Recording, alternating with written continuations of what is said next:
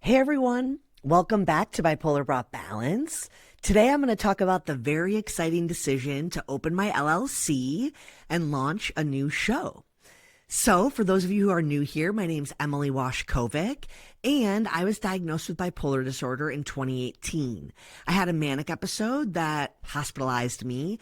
I was then put into an inpatient facility where I received a bipolar disorder diagnosis and spent the next roughly 7 to 10 weeks in treatment.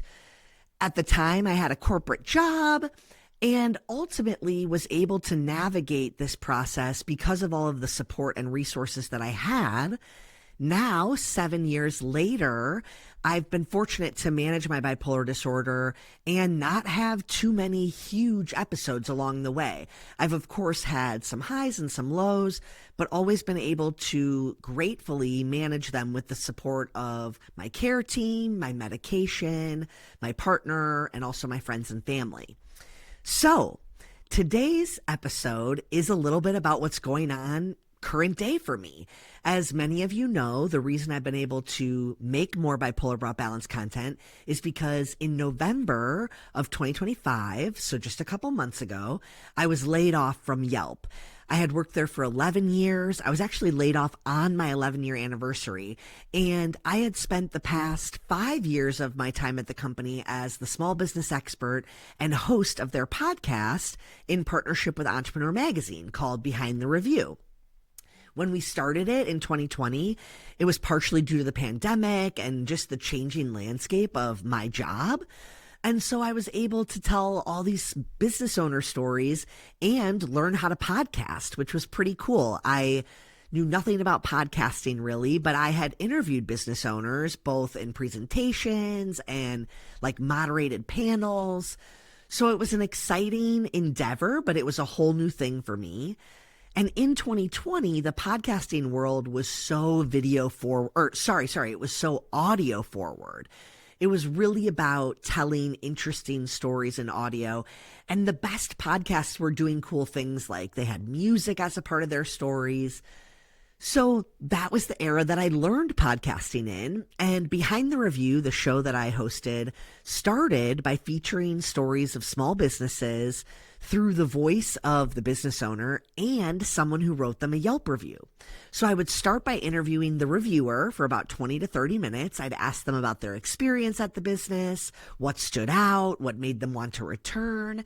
And then I would send that to the business. They would listen, and then I interview them for about 30 to 40 minutes.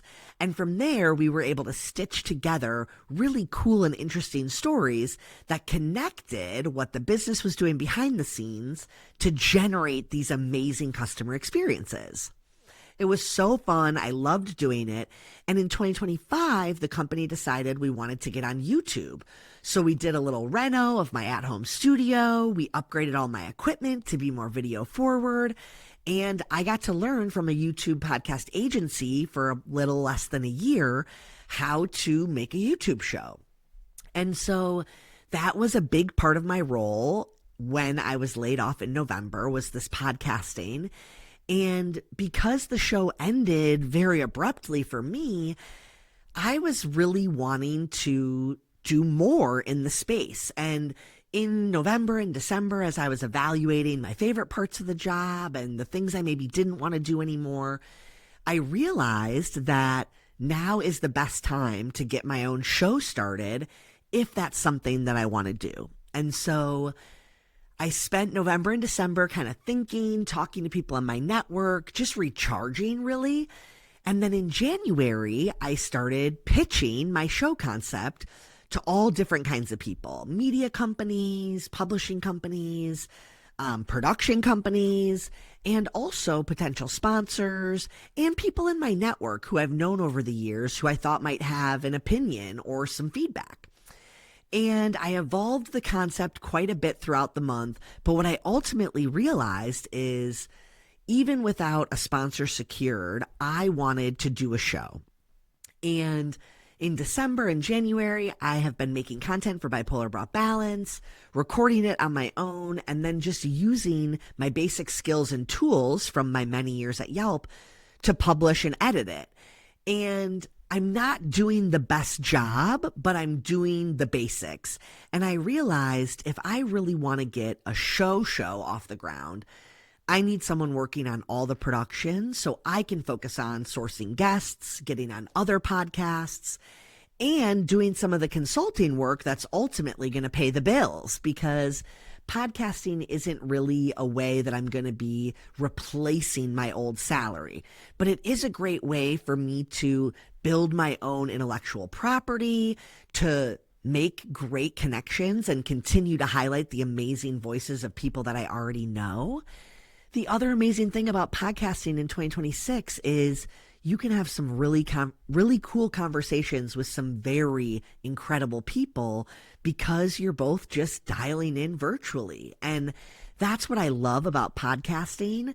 I've gotten to talk to big name people in small towns I had never heard of before I met them, people all around the country and the world. And I'm excited to do that in my own domain, not just for a company or corporation that I work for. And so in this decision to launch on my own, I had to really think like, okay, what does this look like? I obviously don't have a job right now, so there needs to be a way that I can pay my bills and do things while I pursue this opportunity. And luckily, I've been able to just scale back a little bit of what my lifestyle used to look like. And that's allowed me to take the time and energy to work on this for a couple months before I need to really get too concerned. So I decided right before my wedding, so the end of January, that I wanted to get going even without a sponsor. I found this amazing production company that I just really connected with. Their name's Podigy Podcasts. I was connected to them through someone in my network from back in my Yelp podcast advertising days, so someone I really trust. And I just got great energy every time I talked to them. They're experts in production in the kind of industry and domain that the show is going to fall in. And they're experts in helping people grow personal brands, which is ultimately what I'm trying to do. You know, right now, if you Google my name, you'll see a ton of my work over the years for Yelp and Entrepreneur Magazine. We produced over 200 podcast episodes together, and we would have articles for all those episodes and clips. And so there is a lot of stuff out there, but I don't own any of that content. And at any time, it could be taken down by Yelp or Entrepreneur Media. So I need to start building my own, essentially, content that reflects and outlines not only my expertise over the years, helping small business owners and entrepreneurs, but also the framework for my beliefs and thoughts that I want to continue to use to help people. So I decided to work with this company. I felt like I needed at least 3 months of production costs in order to confidently get started. And so I kind of explored a variety of options to get there. And I was fortunate to have a family member that I'm so grateful for who has given me an interest-free loan. So not free money, but money that I don't need to worry about paying interest on to get this thing started. And so a week I got back after my honeymoon, the first week of February, I officially made an LLC. If you've ever been thinking about potentially doing that, let me tell you that it's a little bit tedious of a task, but a lot faster than I thought. I would say maybe give yourself like 2 hours to start. And then if you don't finish, you'll have a lot better sense of what you still need to do. But I thought it was going to be like an all-day task, and it really didn't take that long. I think for me, it took about 45 minutes. Once I got my LLC, then I could request an EIN number, which if you don't know, that's essentially a tax number that you'll use, especially if down the road you're going to have employees. You have to have an EIN number. But an EIN number is also what you can use to open a business bank account. And so these things were things I needed to do now that I made the decision to launch a show on my own, to pay a production company, because I want all those expenses to be trackable and separate so that when I do my taxes at the end of this year, I have all of those expenses easy to follow in a separate account. it also protects you a little bit legally and financially as an individual and separates your assets and your, financial situation from the businesses. So it allows you to have a little bit of that formality and that separation. Now, for me, that bank account is going to have a lot of different things in it. It will be used for all of my production stuff, but also as I'm hopefully getting, more contracts and consulting opportunities, those payments will go into that account as well. So if you have a business and you have different things that you do or you offer, you can still operate under one business account financially if that's easier for you to keep track. In my case, those other things are what are kind of fueling or paying for getting this show going and produced in the early stages. So it is ultimately connected in my bucket, but for you, you could have multiple businesses under that same entity and they could be supporting and feeding each other. The other thing I would say about this process for me is I knew like LLC and EIN, I could do that at home from my computer.